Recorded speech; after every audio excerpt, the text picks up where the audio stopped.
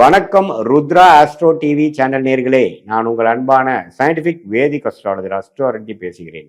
நல்லது நினைப்போம், நல்லதே நடக்கும். இந்த வீடியோவில் நாம என்ன பார்க்க போறோம்னா, மேஷ ராசிக்காரர்களுக்கு செப்டம்பர் 2026 அந்த மாதம் எத்தகைய ஒரு மாதமாக இருக்க போகிறது, பலாபலன்கள் நிறைந்த மாதமாக இருக்க போகுதுங்கிறத சயின்டிபிக் வேதிக் அஸ்ட்ராலஜி முறையில எந்த விதத்தையும் மிகைப்படுத்தாமல் உள்ளது உள்ளவாறு நம்மளுடைய இந்திய வேத ஜோதிட அடிப்படையிலான இந்த ஒளி தத்துவம் எப்படி நம்மளுடைய ஜாதகத்தில் நம்ம போன ஜென்மத்தில் செய்த பாவ புண்ணியங்களுக்கு தகுந்த மாற தாக்கத்தை கோச்சார அமைப்பாக ஆண்டு கிரகமாக இருந்தாலும் சரி, மாத கிரகமாக இருந்தாலும் சரி, எப்படி பெயர்ச்சி பலன்கள் மேஷராசிக்கு 2026 செப்டம்பர் மாதம் சயின்டிபிக் வேதிக் அஸ்ட்ராலஜி முறையில் எது மாதிரி ஒரு தாக்கத்தை இருக்க போகுதுங்கிறது இந்த வீடியோவில் துல்லியமாக பார்க்க போகிறோம்.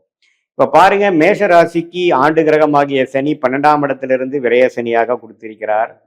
ஆனால் அதில் ஒரு நல்ல விஷயம் என்னன்னா, ஜூன் 2026 குருவின் பார்வை பெற்று அந்த விரயம் சுப விரயமாக ஒரு அலைச்சல், ஒரு நல்ல விஷயத்துக்காக அலைவது, ஒரு வாழ்க்கையில கொஞ்சம் யூஸ்ஃபுல்லா இருக்கிற மாதிரி, ப்ரொடக்டிவா இருக்கிற மாதிரி, உபயோகமாக இருப்பதற்காக சில செலவிடுதல், நேரத்தை செலவிடுதல், அலைதல், நம்ம ஒரு இடம் விட்டு ஒரு இடம் போய் பல விஷயத்தை பார்த்து செய்து சமய விரயங்கள், பொருள் விரயங்களை செய்யக்கூடிய அமைப்பு, இன்வெஸ்ட்மெண்ட் பண்ணக்கூடிய அமைப்புகள், இது எல்லாமே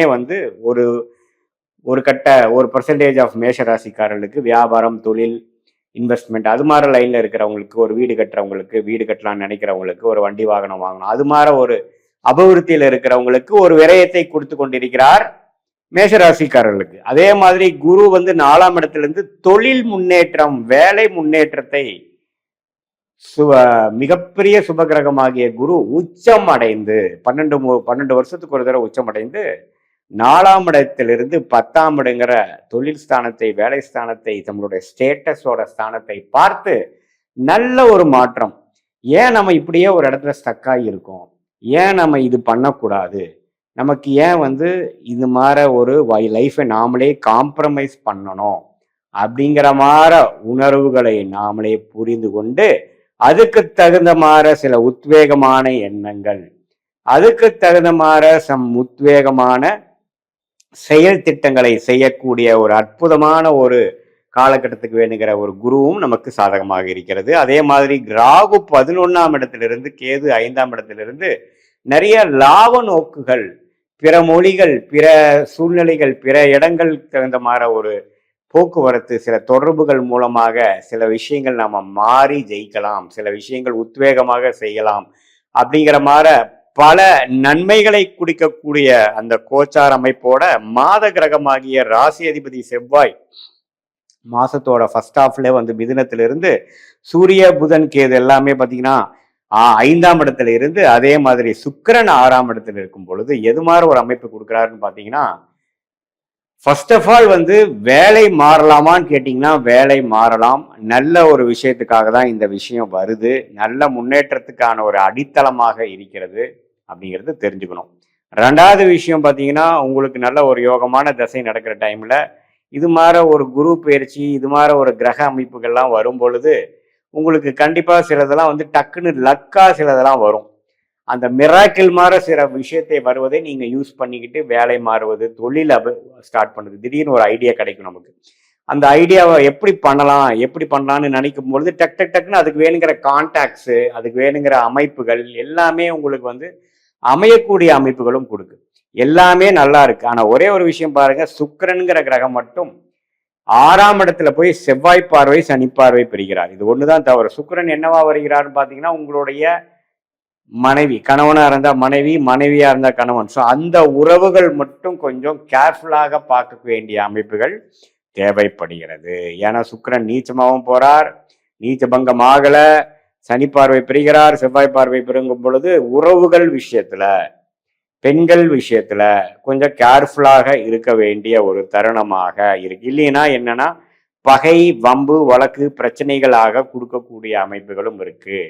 அதே மாதிரி எப்படி வேலை மாற்றம் நல்ல மாற்றத்தை கொடுக்குதோ, தொழில் முன்னேற்றம் நல்லா இதாக கொடுக்குதோ, சுப விரயங்கள் நல்லா பண்ணுதோ, அதே மாதிரி என்ன ஒரு நெகட்டிவான ஒரு விஷயம் பார்த்தீங்கன்னா, வண்டி வாகனம் விஷயத்துல கேர்ஃபுல்லா இருக்கணும். ஏன்னா வண்டி வாகனம் வந்து திடீர்னு சேதாரம் அடையக்கூடியது. உங்க தசாபுக்தியில உங்களுக்கு சுக்கிரதிசை நடந்து கொஞ்சம் பாதிப்புள்ள சுக்கிரதிசையாக இருக்கும் பொழுது, சுக்கிரனே கோச்சாரத்துல பாதிக்கப்பட்டிருக்கிறதுனால கொஞ்சம் உங்களுக்கு அந்த வம்பு வழக்குகள் விஷயமாக வண்டி வாகனம் வந்து சேதாரம் அடைகிறது, சில இது வந்து சரியா நம்ம ரிப்பேர் ஆகாமல் போகிறது, வண்டி நிற்கிறது, பிரச்சனைக்கு ஆகிறது, சர்வீஸ் கொடுத்தா ப்ராப்ளம் ஆகிறது, அது மாதிரி சில ஆக்சிடென்ட்ஸ் கொஞ்சம் நடக்கிறது, அது மாதிரி சில விஷயங்கள்லாம் இருக்கக்கூடிய அமைப்புகள். இந்த 2 விஷயத்துல கவனமாக இருக்க வேண்டிய அமைப்புகள் மேஷராசிக்காரர்களுக்கு இருக்கு. ஒன்று உறவுகள் விஷயத்துல, ஒன்று வண்டி வாகனம் விஷயத்துல அப்படிங்கிறத நீங்க தெரிந்து கொள்ள வேண்டும். மற்றபடி பார்த்தீங்கன்னா மாணவர்கள் அவங்களுக்கெல்லாம் பார்த்தீங்கன்னா நல்ல உத்வேகமாக படிக்கக்கூடிய அமைப்புகள், கொஞ்சம் டிஸ்ட்ராக்ஷன்ஸ் இருந்தாலும் ஓரளவுக்கு புத்தி சுவாதீனம் உள்ளவ, நல்ல ஒரு மெமரி பவரோட, கான்சன்ட்ரேஷனோட, ஃபோக்கஸோட படிக்கக்கூடிய அந்த புதன் 5ஆம் இடத்துல இருந்து நட்பு வீட்டில் இருப்பது மிகவும் நல்லது. ஸோ அதெல்லாம் ஒன்றும் தவறு இல்லை. ஒரு காம்படிட்டிவ் எக்ஸாம்ஸ் ட்ரை பண்ணுறவங்க அவங்களுக்கு எல்லாமே ஒரு நல்ல உத்வேகமான ஒரு அமைப்பை கொடுக்கக்கூடிய அமைப்பு இருக்கு. நல்ல பண விஷயத்துலையும் பார்த்தீங்கன்னா நல்லா பண வரவு, செய்ய வேண்டிய தொழிலுக்கு வேணுங்கிற பண வரவுகளை கொடுக்கக்கூடிய அமைப்புகள், லோன் கிடைத்து அபிவிருத்தி பண்றது, பிறர் வர வேண்டிய பணம் வருவது, இது மாதிரி பல முன்னேற்றங்கள் நிறைந்த விஷயமாக இருக்கு. இடம், வீடு, வண்டி வாகன விஷயத்துல திடீர்னு ஒன்று அமையிறது, அது மாதிரியா அமைப்புகளும் கண்டிப்பாக இருக்கு. தாயாரின் உறவு, தாயாரின் உடல்நிலையெல்லாம் கொஞ்சம் மேம்படுவது, அது மாதிரி விஷயங்கள் பாசிட்டிவான விஷயங்கள்லாம் கண்டிப்பாக இருக்கு.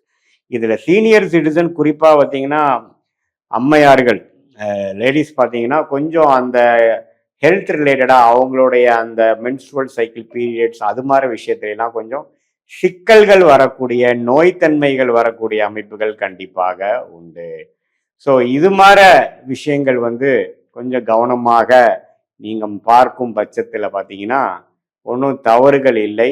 இது வந்து உங்களுக்கு மேஷராசிக்காரர்களுக்கு கண்டிப்பாக ஓரளவுக்கு நன்மைகளை கொடுக்கக்கூடிய ஒரு தருணமாக இருந்தாலும் ஹெல்த் ரிலேட்டடான பிரச்சனைகள், உறவு ரிலேட்டடான பிரச்சனைகள், வண்டி வாகனம் வீடுல சில சேதாரங்கள், சில செலவு பண்ணக்கூடிய அமைப்புகள், அது மாதிரி விஷயங்களை மட்டும் கொஞ்சம் கவனமாக இருப்பேனால் மற்றபடி பெரிய பிரச்சனை மேஷராசிக்காரர்களுக்கு இல்லை. அடுத்த வரக்கூடிய ஜென்மசனிக்கு வேணுங்கிற உத்வேகமான சில பிளாட்ஃபார்ம், சில அடிப்படையான சில விஷயங்களை செய்யக்கூடிய அமைப்புகள் கண்டிப்பாக உண்டு. இது வந்து பொதுவான பலன்களை தவிர உங்களுடைய ஜென்ம ஜாதகத்துல என்ன மாதிரி தசாபுக்தி போய்கொண்டிருக்கிறது, நீங்க என்ன லக்னத்துல பிறந்தீங்க, நீங்க அஸ்வினி நட்சத்திரமா, பரணி நட்சத்திரமா, கிருத்திகை நட்சத்திரம் முதல் பாதமா, உங்களுக்கு எது மாதிரி தசாபுக்திகள், தசாநாதன் எப்படி இருக்கு, புக்திநாதன் இப்ப கோச்சாரத்தில் எப்படி இருக்கு, இதையெல்லாம் பார்த்து ஸ்தானபலம், திக்பலம்லாம் வைத்து இப்போ உங்களுக்கு எது மாதிரி வாழ்க்கையில போகக்கூடிய அமைப்புகள் இருக்கு,